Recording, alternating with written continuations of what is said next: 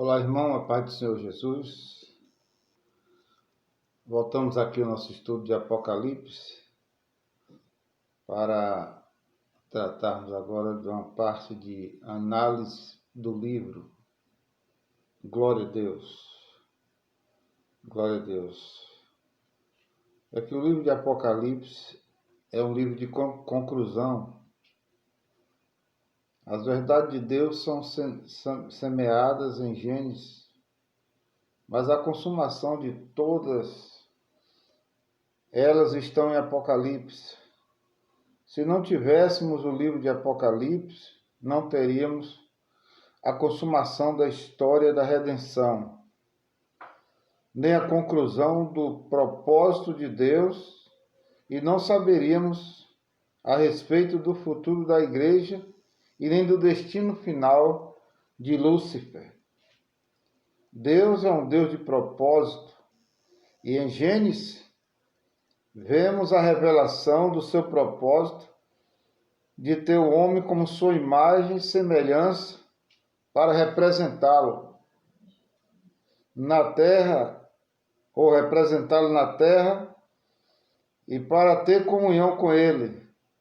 Quando Deus criou o homem, ele o criou à sua imagem e semelhança. Quando alguém olhava para Adão, sabia que se tratava de alguém parecido com Deus. Quando Deus criou o homem, sabemos que Satanás já estava aqui e ele certamente contemplou no homem a imagem de Deus. Houve um dia em que Satanás disse: subirei acima das mais altas estrelas, ou das mais altas nuvens, aliás, e serei semelhante ao Altíssimo. Isaías 14:14. O maior desejo de Lúcifer era ser como Deus. Você consegue imaginar a sua ira e a sua inveja no dia em que viu o homem pela primeira vez? Posso imaginar a cena. Satanás estava rodeando a terra e passeando por ela, quando um belo dia vê a Deus passeando no jardim. Ele fica perplexo, pois aquele que ia andando parecia ser o próprio Deus. Ele se aproximou e fica surpreso. Fica surpreso. Não é Deus, mas é completamente semelhante a ele. O homem era tudo o que ele desejara ser.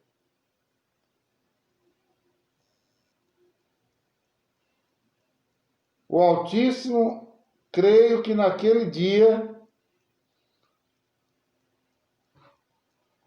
ou melhor, o homem era tudo o que ele desejara ser, semelhante ao Altíssimo.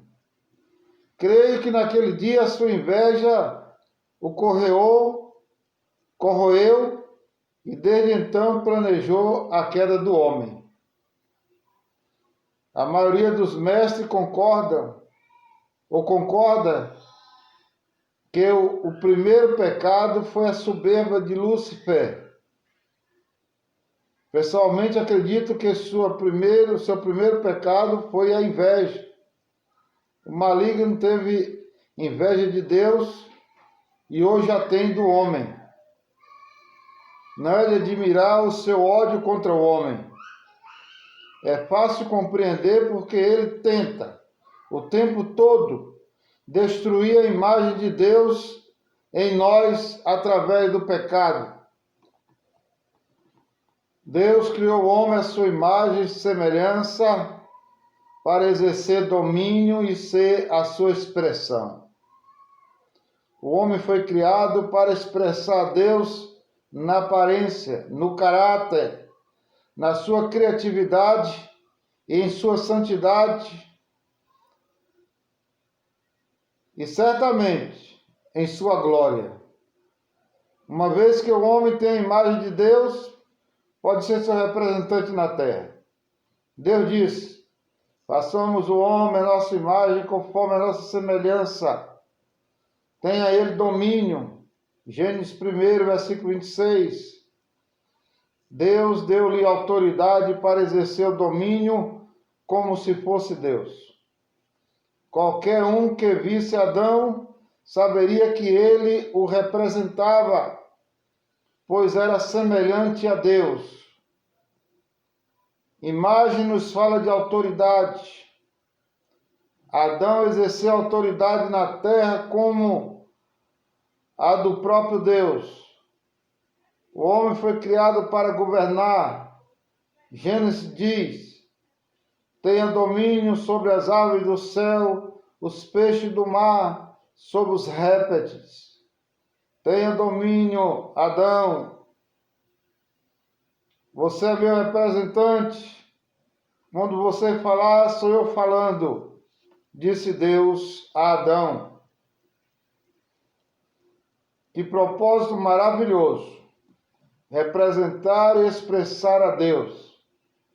Mas logo depois de o homem ter sido criado, o diabo entrou em cena para tentar frustrar seu propósito.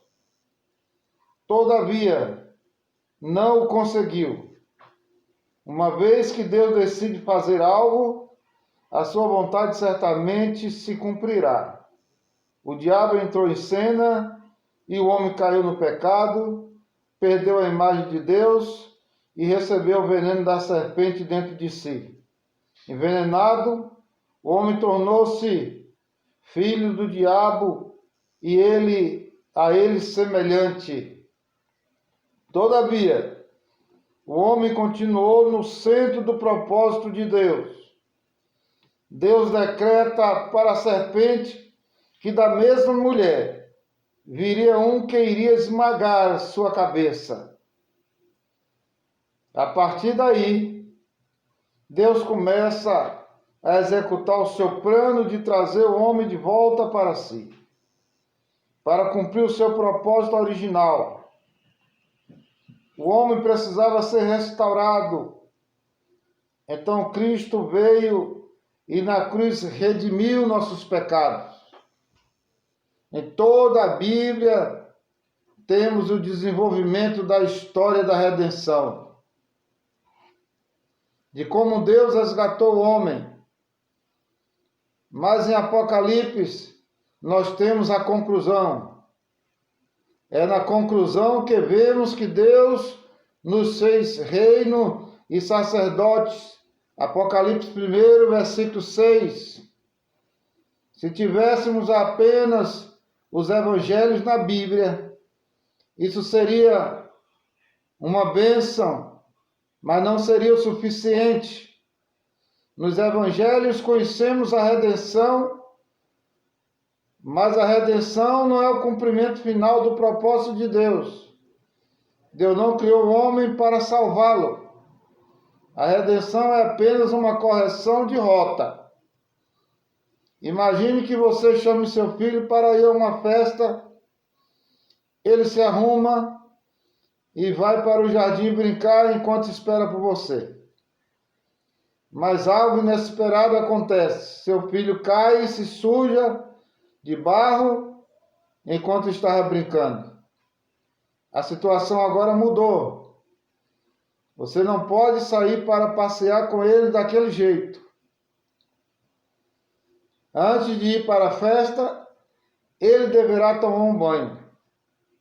Mas enquanto está no banho, seu filho conclui que é melhor ficar ali brincando do que ir passear. E a festa é o propósito. Tomar banho é apenas uma correção de rota. No mesmo princípio, o propósito de Deus não era simplesmente levar o homem do pecado, ou lavar o homem do pecado. Isso foi uma correção de rota. Seu propósito é ter o homem como rei e sacerdote para representá-lo. Muitos crentes imaginam que a salvação é o alvo final de Deus para o homem. E como aquele garoto quer apenas ficar no banho, o alvo final de Deus é ter o homem como rei e sacerdote. Um dos objetivos de Apocalipse é mostrar o estabelecimento do reino de Deus. Ele está restaurando o seu direito sobre a terra para fazer dela o seu reino. Apocalipse 11:15. Quando Cristo veio, introduziu o reino de Deus. Lucas 17:21 e Mateus 12:28. Esse reino foi aumentando através da igreja. Mateus 16:18-19. Mas a consumação do reino virá quando Cristo e os crentes, vencedores, reinarem sobre a terra no milênio. Apocalipse 2:26-27 e 12:5 e 24 e 6. Assim, em Apocalipse temos a conclusão do propósito de Deus. Em Gênesis, o homem foi criado à imagem e semelhança de Deus para expressá-lo e apresentá-lo e representá-lo em autoridade.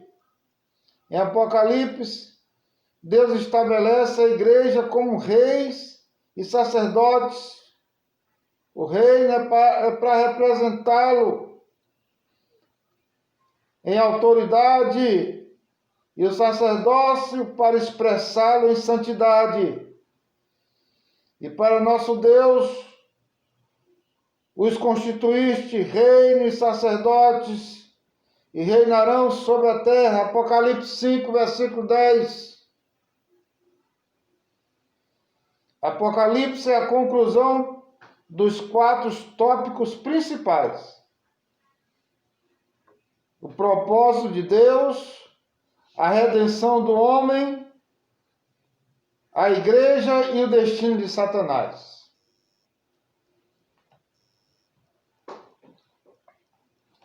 Revelação, capítulo 1. A palavra de Deus nos fala da revelação. Apocalipse é a conclusão e a consumação da revelação do Senhor em toda a Bíblia. A maioria das verdades é semeada em Gênesis. Os outros livros, especialmente o Novo Testamento, as desenvolvem, mas Apocalipse é a conclusão final. Apesar de o livro revelar muitas coisas, a revelação básica é da pessoa do Senhor Jesus. Ele é o sumo sacerdote no meio das igrejas, cuidando delas e julgando-as. Apocalipse 1, verso 13-16. Ele é o leão da tribo de Judá e o cordeiro no trono de Deus. É o ser vivente no meio dos 24 anciãos. Apocalipse 5, de 1-6. Apocalipse é uma revelação da pessoa de Jesus Cristo. Somente em Apocalipse podemos vê-lo como o sumo sacerdote cuidando das igrejas. 1, 13 e 16. Como o cordeiro que foi morto e como o leão da tribo de Judá.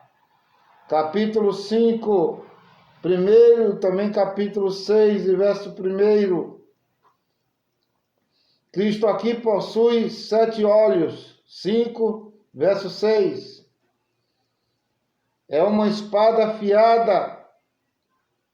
E uma espada afiada sai de sua boca. 1:16. A primeira palavra é revelação. Não se trata primeiramente de uma revelação do futuro, mas o melhor das coisas que hão de ser antes é a revelação de uma pessoa. O que se tem antes de tudo é a revelação do Senhor Jesus Cristo. A maneira como o Senhor é revelado em Apocalipse é diferente de todos os outros lugares na palavra. Em nenhum dos evangelhos vemos uma descrição dele, mas Apocalipse começa com uma visão extraordinária na qual João o descreve em glória. O nosso alvo é conhecê-lo. A vida eterna é essa, que te conheçam a ti como o único Deus e ao seu Filho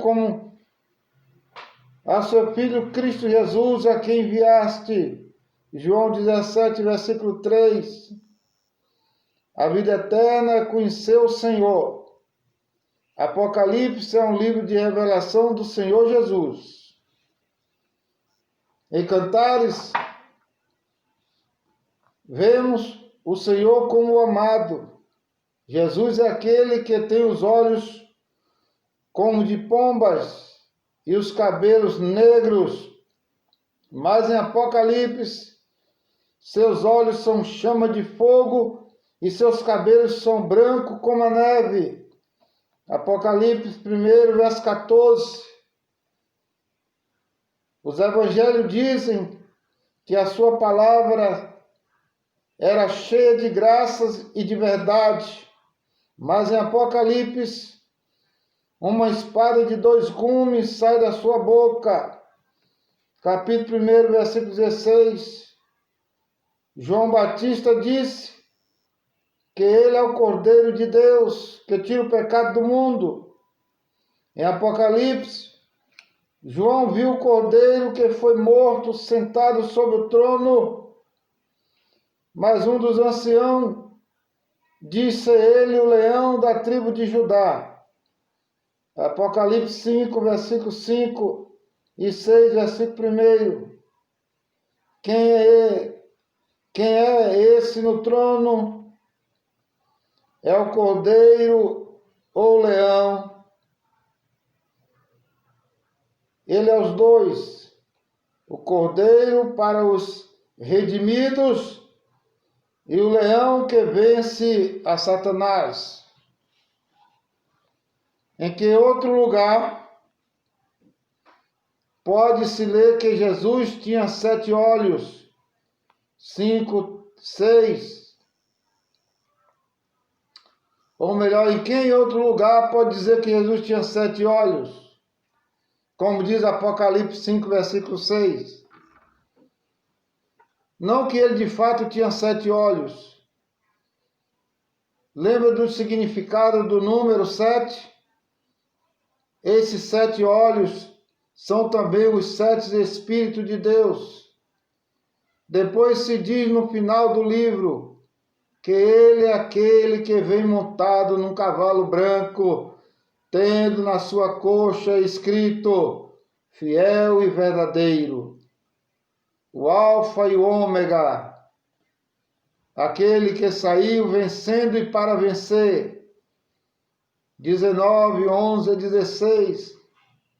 Ele é o que está caminhando entre os candelabros de ouro, mas que vai subjugar as nações debaixo de seus pés. 1, 13 a 16. Em que outro lugar temos essa revelação do Senhor? É a revelação final do Messias, o príncipe da paz. Todavia é também o Deus forte, Pai da eternidade. Não há outro lugar onde se fala tanto a respeito da pessoa do Senhor Jesus. Apocalipse é a revelação do Senhor Jesus glorificado. Há um que está no céu, sentado à direita do trono de Deus. Ele é o Cordeiro e o Leão, é o Filho do Homem e o Filho de Deus.